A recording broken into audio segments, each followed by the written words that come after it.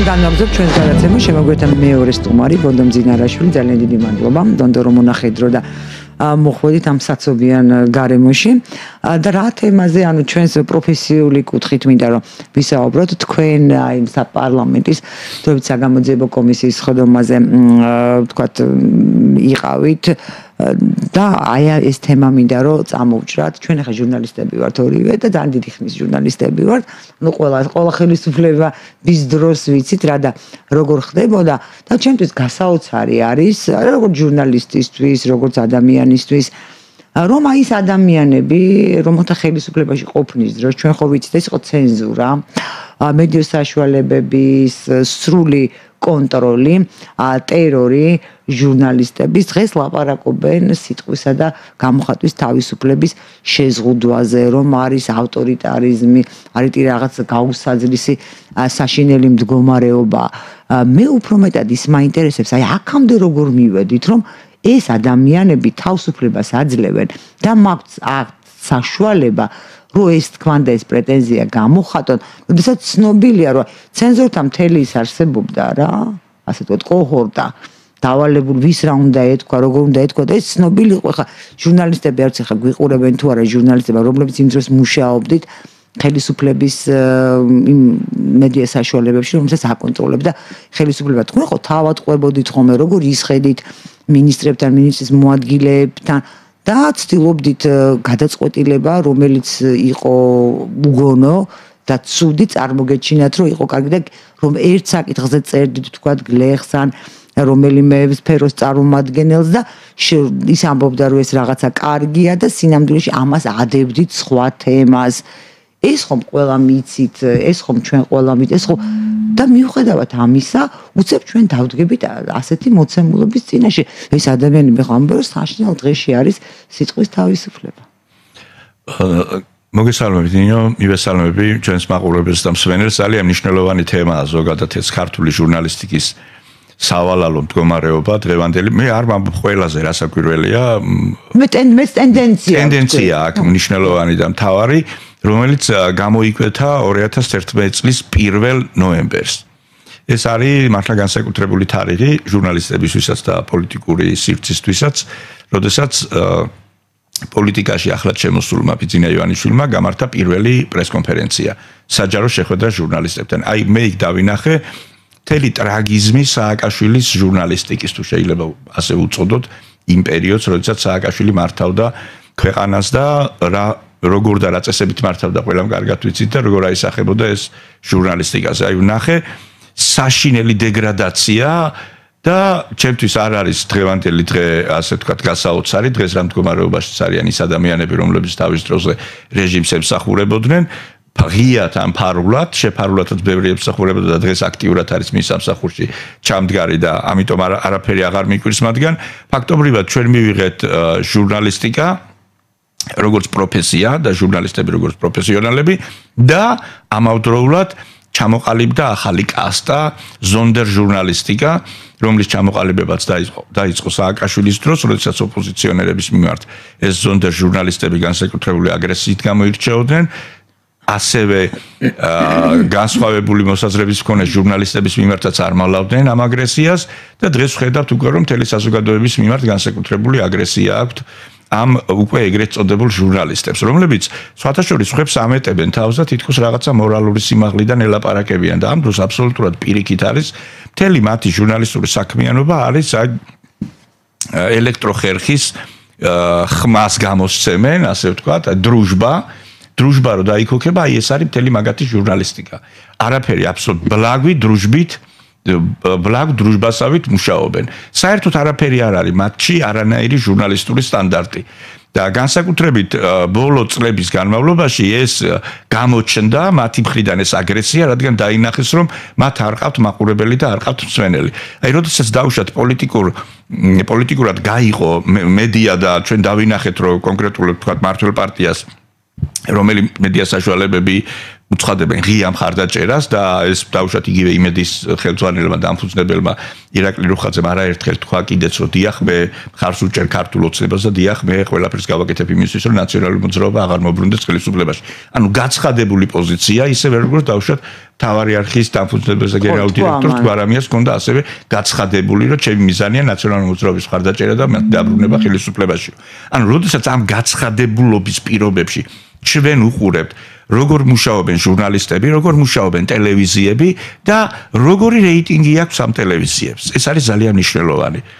და ჩვენ ვხედავთ, რომ იმედის რეიტინგი ყველა სააკაშვილის და ნაცების მხარდამჭერი, ყველა ტელევიზიის რეიტინგზე ორჯერ მეტია და სამჯერ მეტია. ეს უკვე იმას ნიშნავს, რომ ამით ჩანს, რომელ ტელევიზიებს უყურებს ხალხი და თუ თქვათ ყურებას ჩვენ ნდობასაც მივაბამთ, თუმცა პირდაპირ ესე ერთ მნიშვნელოვნად არ ებდება ეს. ჩვენ დავინახავთ, რომ რეალურად რამდენი ადამიანია მხარდამჭერი, დაახლოებით შეგვიძლია განსაზღვროთ, ხელისუფლების მმართველი პარტიის და რამდენია ოპოზიციის. მაინც არ არის. ეს არ არის, მაგრამ უყურეთ, მე ამ სხვა რამეს ვამბობ.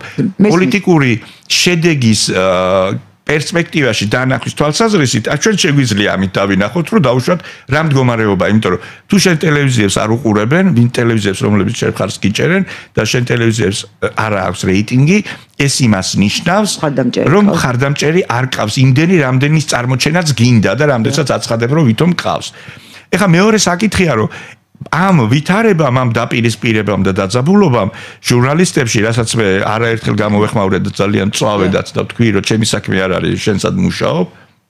ერთ-ერთ ტელევიზიის დებატებში მონაწილეობის დროს და ჩემი საქმე არ არის, შენსად მუშაობ და შენი საქმე არ არის, მესად მუშაობ.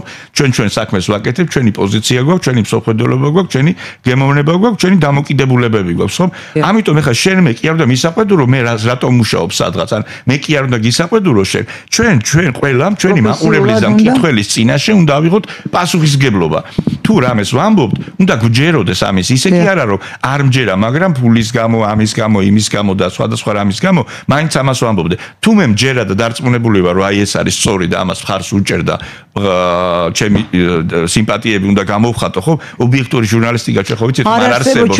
ყველა ადამიანს აქვს სუბიექტური დამოკიდებულება. ამიტომ მეც მაქვს ამის უფლება და ისევე როგორც შენ გაქვს ამის უფლება და საბოლოო ჯამში მე გამოჩნდება მაყურებელი და მკითხველი და მსმენელი შეაფასებს, ვინ იყო მართალი და ვინ იდგა სიმართლის მხარეს. ანუ როგორც ახლა ამბობენ ხოლმე ხშირად ისტორიის სწორ მხარეს, ისტორიის ნათელ მხარეს. აბსოლუტური სისულელეა, ჯერ ერთი არავინ არ იცის ისტორიის როგორი მხარეა დღეს. ეს უნდა 30, 40 და 50 წლის მერე შეაფასონ და განსაზღვრონ. იმიტომ რომ ჩვენ გვახსოვს რა დამოკიდებულება იყო დავუშვათ 91 წელს ვის რა ეგონა ისტორიის ნათელ მხარეს და ბნელ მხარეს დგომა და შემდგომ სულ სხვანაირად აღმოჩნდა და შებრუნდა და ძალიან ბევრ ადამიანმა მოინანია ის სადაც იდგა ხო იგივე პოლიტიკოსებს გულისხმობდა არა მხოლოდ პოლიტიკოსებს მაშინდელ ჟურნალისტებსაც.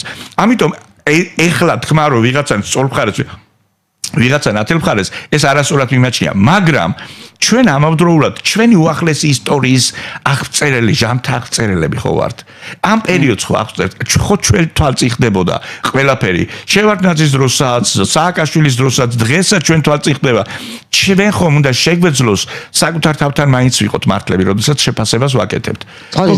როდესაც ახლა ვამბობთ, რომ დემოკრატიული იყო მედია და გარემო იყო დემოკრატიული, ვიღაც როცა ამბობს რა. სააკაშვილის დროს და დღეს არის დიქტატურა და ვინმე ზღუდავენ. კი, მაგრამ ჩართონ თუ მაშინ არ თავდნენ და გონება დაუბნელდათ მას შემდეგ და ამ დიქტატურამ ასე თქვა და ტირანიამ დღევანდელმა გონება დაუხშოთ და ის არ ახსოვს დღევანდელი ჩართონ და ნახონ როგორ შეიძლება დიქტატურის ავტორიტარიზმის ტირანიის პირობებში ტელევიზიები ჩვეულებრივად მაუწყებლობდნენ პირდაპირ ვიტყვი ოპოზიციური ტელევიზიები, პირდაპირ ვიტყვი პროპაგანდისტული ტელევიზიები, ერთმანეთს კი ეძახიან პროპაგანდისტულს. საბოლოო ჯამში ყველა პროპაგანდისტულია და ამავდროულად არა, თქვენ არ ხართ გასაგებია. რასაკვირველია, არ არის ახლა Georgian Times-ი ამ თვალსაზრისით მართლა გამორჩეულია. რომ ყველას უთმობს ეთერს და ყველასთვის არის სივრცე ღია და ყველა მოდის რაც თავარია. და ისინი ერთმანეთის ტელევიზიებში არ დადიან. მე 2021 წლის 2 ივლისი იყო, როცა ინგა გრიგოლიას გადაცემაში ვთქვი, რომ ხელისუფლების მხარდამჭერ ტელევიზიების მაყურებლებს ეზიზღებათ ოპოზიციის მხარდამჭერი ტელევიზიების არა მარტო სტუმრები, არამედ ჟურნალისტებიც და პირიქით ოპოზიციის ოპოზიციური ტელევიზიების რადიკალური ოპოზიციის მხარდამჭერი ტელევიზიების მაყურებლებს ეზიზღებათ ხელისუფლების მხარდამჭერი ტელევიზიების ჟურნალისტები და სტუმრები. და საბოლოო ჯამში ეს ყველაფერი ზუსტად ეს ამ სიტყვებით ვთქვი. ეს ყველაფერი გადავა საზოგადოების იმგვარ დაპირისპირებაში, რომ საზოგადოების ერთ ნაწილს შეზიზღდება მეორე ნაწილი. ეს ტრაგიკული სურათია და აქამდე მივედით. მაშინ ინგა მითხრა რომ არაო, იცი რა არის არ დაგეთახმებიო, ასე არ არისო და დადგა 5 ივლისი მე.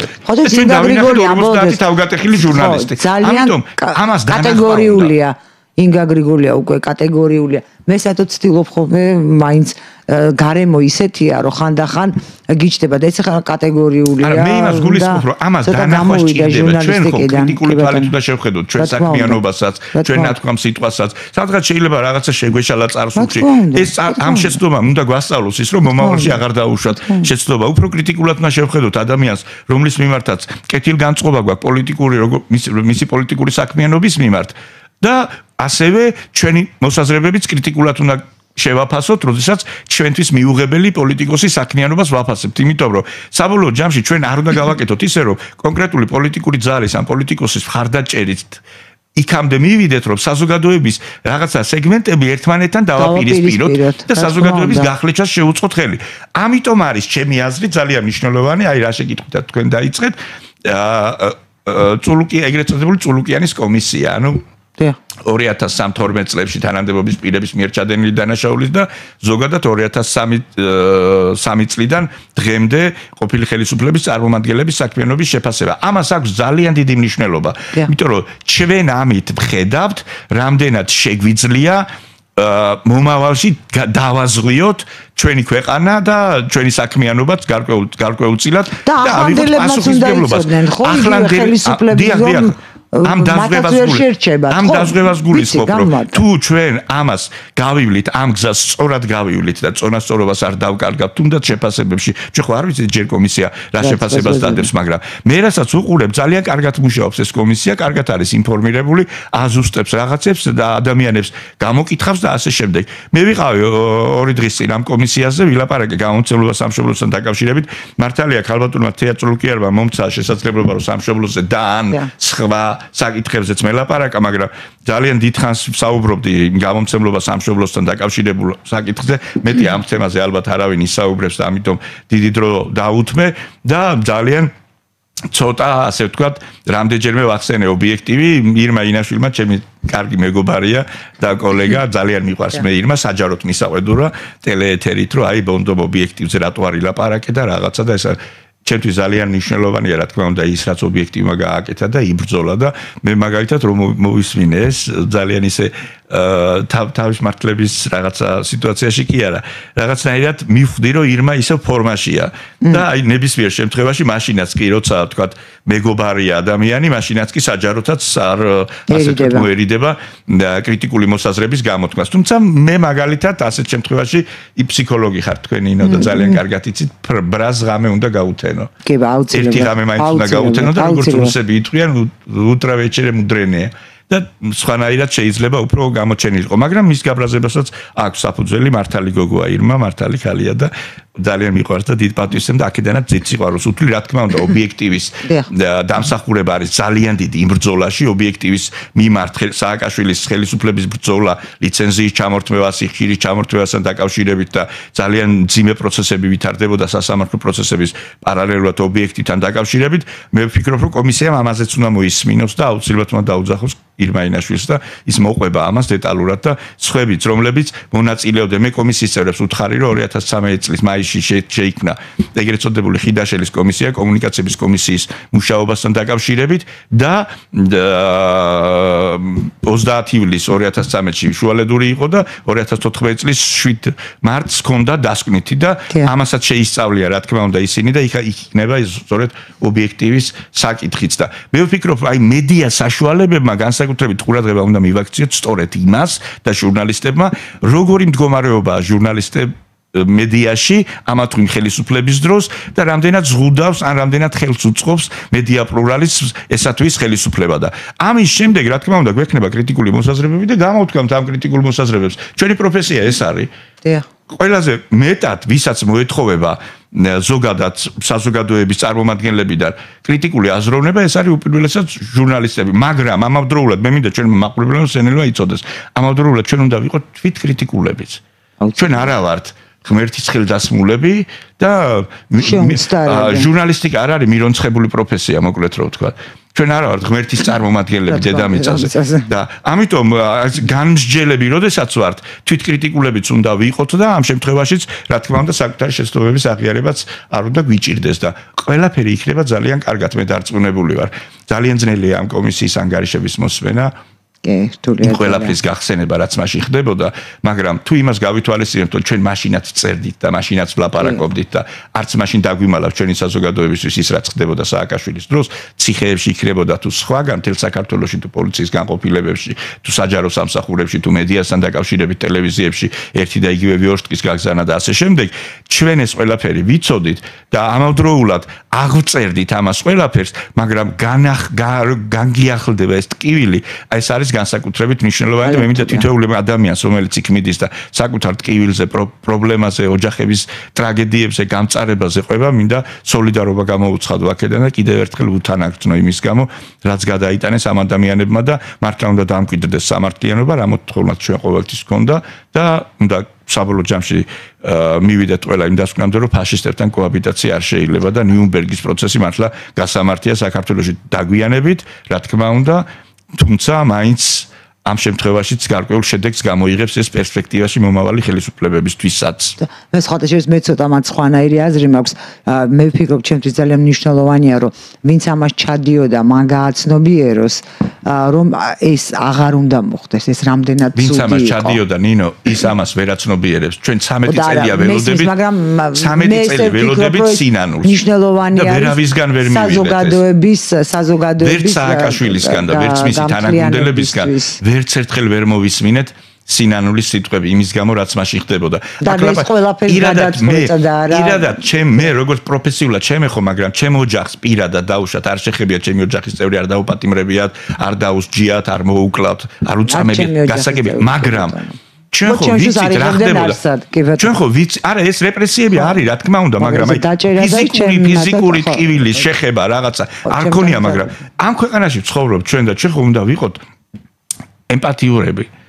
ჩვენგან როდესაც ითხოვდნენ რომ სააკაშვილის მიმართ ემპათიურები უნდა იყოთო და მე რა თქმა უნდა არც ერთი ადამიანის სიკვდილი არ მინდა, მაგრამ ამავდროულად მე ვხედავ რომ სადისტები და ამ სადისტური რეჟიმის შემქმნელებს არ აქვთ არანაირი თანაგრძნობა იმ ადამიანების მიმართ, რომლებსაც უზარმაზარი ტკივილი მიაყენეს, მე ვერ ვიქნები ამ ადამიანების მიმართ თანაგრძნობი და ემპათიური. დამნაშავეები უნდა დაისაჯონ. ფაშისტებთან კოაბიტაცია არ შეიძლება სხვანაირად ამ ქვეყნის განვითარების პერსპექტივა გაქრება საერთოდ და მე უკვე მართლა უცხოეთიდან საპატრონებლები ვიქნები და არაფერი გჭირს საპატრონო.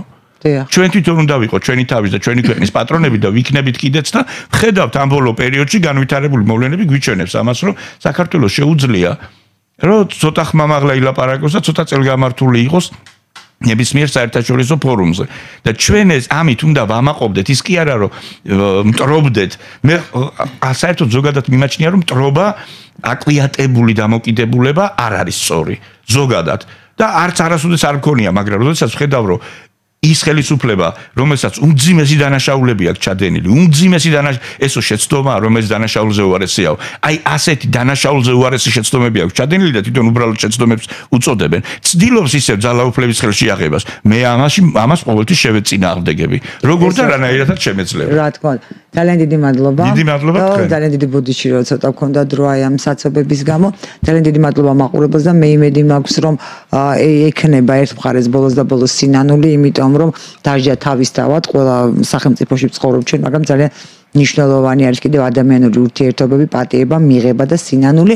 ჩვენ თვითონ ვემშვიდობებით, შევხვდებით მომავალ ხუთშაბათს 90-10 წუთზე.